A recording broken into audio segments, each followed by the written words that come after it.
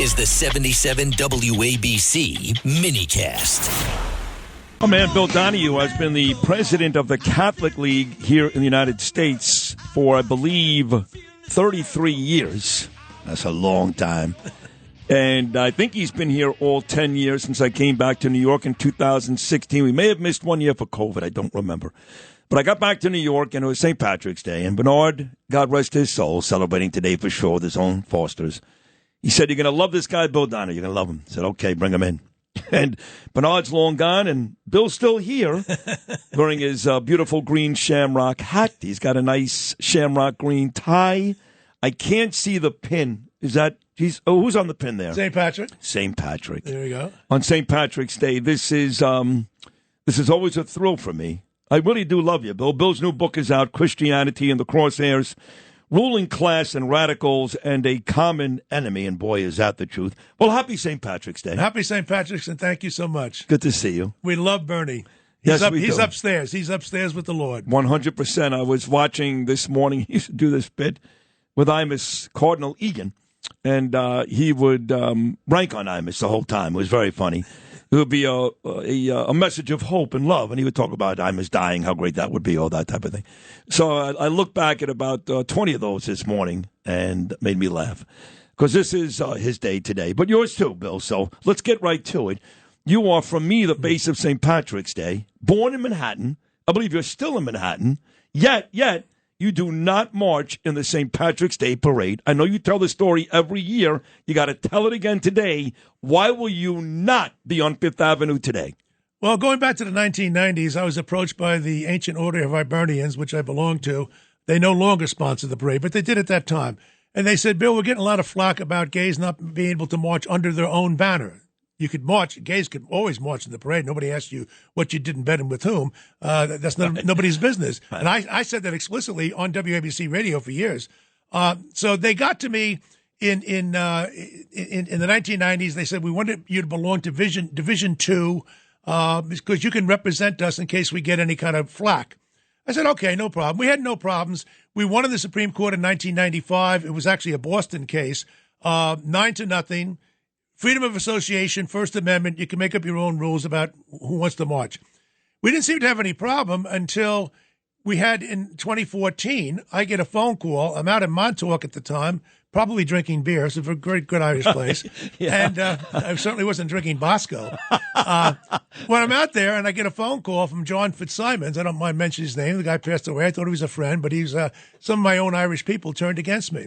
And I mean by the elite, all right? I'm not talking about the rank and file, the average Irish person is a good person. Listen, before you go any further, as a Jew, I could appreciate that. Mm-hmm. I've been going through the same thing the last 3 years. Yeah, no, you know what? That's what the book is about the elites. Exactly. So they got to me and they said, "Listen, we're thinking about having a gay group march under their own banner in the St. Patrick's Day parade. What would you think about it?" I said, "Well, first of all, it's your parade, but I have my own integrity.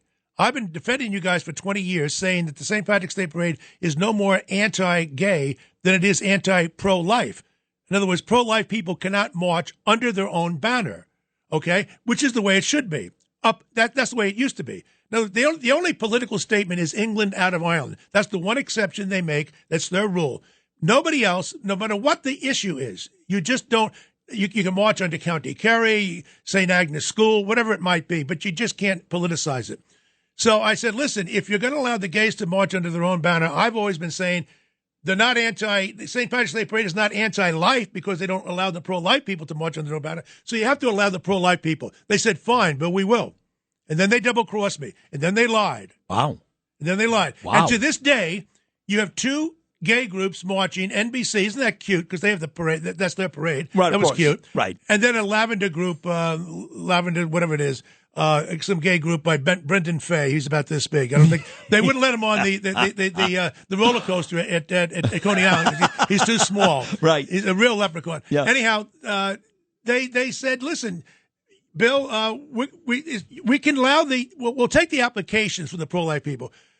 They don't allow them to this day. Wow. To this day, there's a guy who runs a pro-life group, Brendan Fay.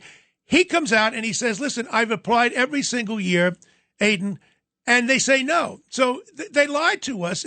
Why are you pro-gay but you're anti-pro-life? I said, listen, you can keep your parade, you elites. John Leahy used to be the president of Quinnipiac University, Francis X. Comerford, NBC, chief operating officer, all these elites, and they took advantage of a guy who was a transit worker. He's passed away, John Dunleavy, a great man. He was in charge of the St. Patrick's Day Parade Committee. These sharks pushed him out of the way, these lawyers and these corporate boys. Terrible. This is terrible. Just so you know, don't be mad at me. I'm pro-choice. But I have no problem, none, with pro-life people marching in the parade. None. Zero. Well, that's just it. I don't have any problem with pro-choice people marching in the parade. I mean, I'm on the other side, but that's not the point. It should be for everybody. But they double-crossed me on this. Look, I still love the St. Patrick's Day Parade. I don't want to be misunderstood on this. There's some great people out there. But the elites, as usual, they don't represent the rank and file. You talk about representing the rank and file, and you still love the parade, so do I.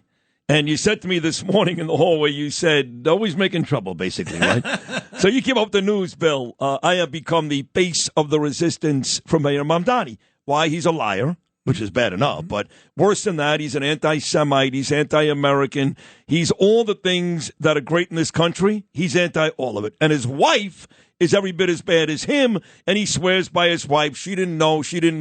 And I've got empirical data and proof that says she knew everything. So they're both liars. And look, he's the mayor of this city. He has a right to march in the parade. And it's not because he's Muslim. People love to say Sid Rosenberg is Islamophobic. He doesn't like Muslims. I have no issue with Muslims. I don't like this one particular Muslim, and not because he's Muslim, but because he's adopted a radical Islam ideology, which doesn't belong on St. Patrick's Day, doesn't belong in New York City or anywhere in this country. So they can yell at me all they want, but when I see this guy walk in the parade, for me, Bill Donahue, something's off. By the way, doesn't love Christians either. I pointed that out when he was inaugurated. He didn't invite Cardinal Dolan to his inauguration, nor did he invite any single Catholic priest, but he invited the clergy from every other religion. And not only that, he did not even go for the installation of Hicks. No, he didn't even go. Not only that, but he also didn't go to he didn't invite one Catholic clergyman to the interfaith breakfast, which was that morning on February the 6th. So he's got to listen. He doesn't march in the Salute to Israel parade. We know why. He doesn't like Jews. Right. He doesn't march in the Veterans Parade. I take umbrage at that. I happen to be a veteran. I'm Irish Catholic. Today is the first time. By the way, he just made this decision. The 11th hour. We've been pounding him. Okay, now he wants to march in the St. Patrick's Day parade today because they're getting pounded. Look, he doesn't like veterans. He doesn't like Jews. He doesn't like Catholics. He certainly doesn't like law enforcement. He doesn't like the cops. He doesn't like ICE. And by the way, he's marching with Jessica Tisch, right, the cops, and the Holy Name Society. Bill Donahue, is that not a joke?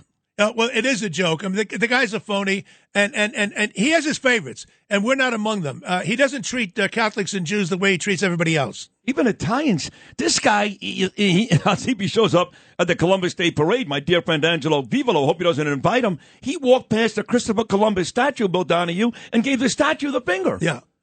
Up on my website, we have on the front page at CatholicLeague.org, we have something called Mamdani Watch. Every day we're posting some stuff on it about him being anti-Jewish, anti-Catholic, anti-cop. It's up there for everybody to read. I wrote an 18-page statement on him last August. I know this guy like the back of my hand. And if he wants to debate Bill Donahue, I'll do it right here on WABC. I think I'm in love with you. I really do. I loved you before, Bill, but now I love you even more. If that's possible, I love you even more. Good for you. Bill Donahue, the president, of course, of the Catholic League, going on 33 years. So you mentioned the only political statement about today is really the England versus Ireland. And Bernie, he's got a kick out of Bernie because his dad, who also died a couple of years ago, was in his 90s, a terrific guy. He, to the very end of his life, had animus. He kept that resentment towards the English. He hated the Brits. Are you that way still? Not really. Quite frankly, I'm very disappointed with the Irish because they become very far left. They're anti-Semites, you know that. Yeah. Ireland was one of the first countries to actually recognize a Palestinian state. Yeah. I don't go along with that, and I recognize Israel. Mamdani does not. But the Irish have turned. They become de-Christianized, and that's what happens. It becomes a militant, secular kind of society. I can't identify with those, and I'm an Irish citizen, by the way, as well as an American citizen. So I'm proud to be Irish, but just like with the elites in the St. Patrick's Day Parade, I don't like them. And a lot of the leadership, and in fact, the people in Ireland themselves have drifted too far into the secular morass.